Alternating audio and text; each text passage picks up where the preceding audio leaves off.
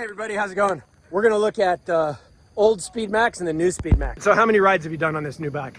I don't know, I had it since late December, so I might have done, I don't know, 30, 40 rides on it. It's a pricey bike, but I just feel you're getting a lot of bike for your money. You've got these new AERO bars, which are quite a bit different than the more traditional ones on mine, which is from 2017. Yeah. So this is the one that, the more common one, and it's just I mean, it's still an integrated cockpit, but yours come from one spot here and branch off. And that's right, and you've got here a couple of places we can adjust and bring this back forward or up, and tilt it down or back. So you've got those little things you can put here just to bring it, you know, raise it up or raise it down.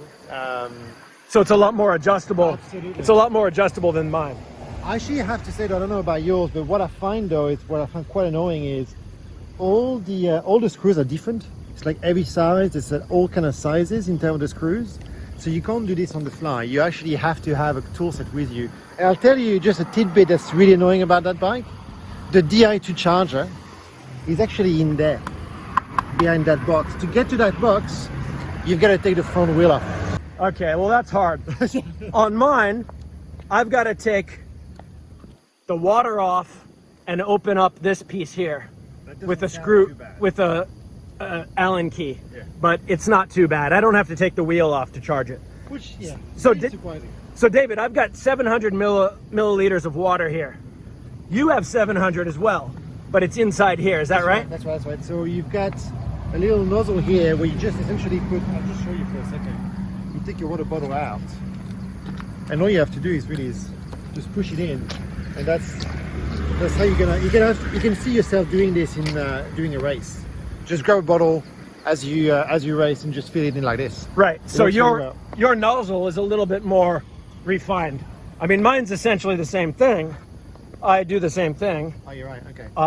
But yeah, I mean, it's a different look. It's a different look. Look, and what I find is good is that because it's integrated, it brings the center of gravity down on the bike, and you don't have the issue that you guys with that bike, which you get water everywhere. As I understand it, it's quite fiddly, isn't it? There's two of them. There's one where there's a joint, and the water can leak. In this one, it's a solid box, so I haven't had problems. In terms of look, how is the design different? I think that the most striking difference is here at the front. I mean, the fork is just quite incredible, and the way it just hides the disc. Disc brakes is just pretty incredible. That sort of fairing goes away in the UCI legal bike. I just find it's just stunning. In terms of look, what's different as well is kind of the bottom bit. I'll just turn it around. It's that bit because you got the integrated kind of storage in there. Let's see it. So you can have, you know, a very small latex tube in there. You can have your two cartridges. I find that getting the latex tube that fits in there is just such an expensive thing.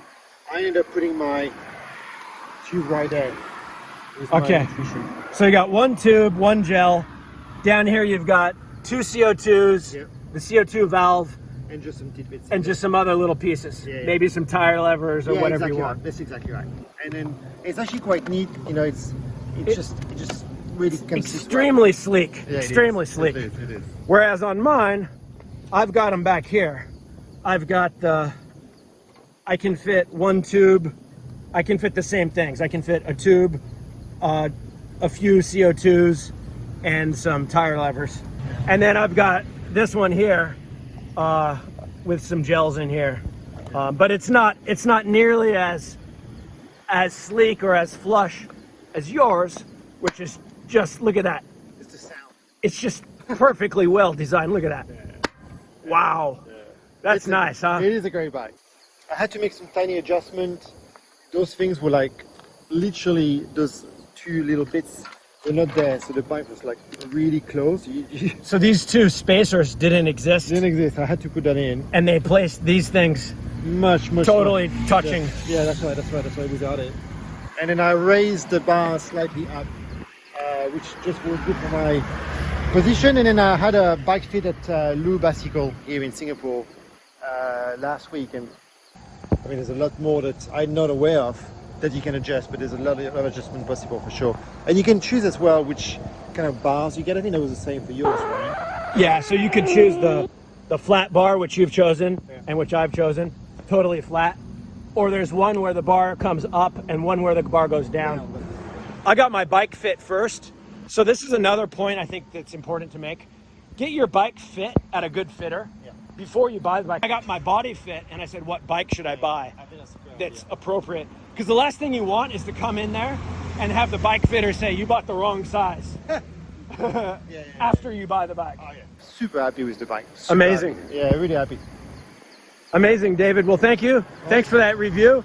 I think it's a good introduction to the new SPEEDMAX. Mine still works, but his is definitely far more sleek and aerodynamic and I guess a bit more exciting. What do you think? I think that, you know, ultimately when you wake up in the morning at 5 a.m. to get on a bike, you got to get on a bike that you like looking at. And I mean, it ticks that box in so many ways. All right, everybody. Thanks. See you.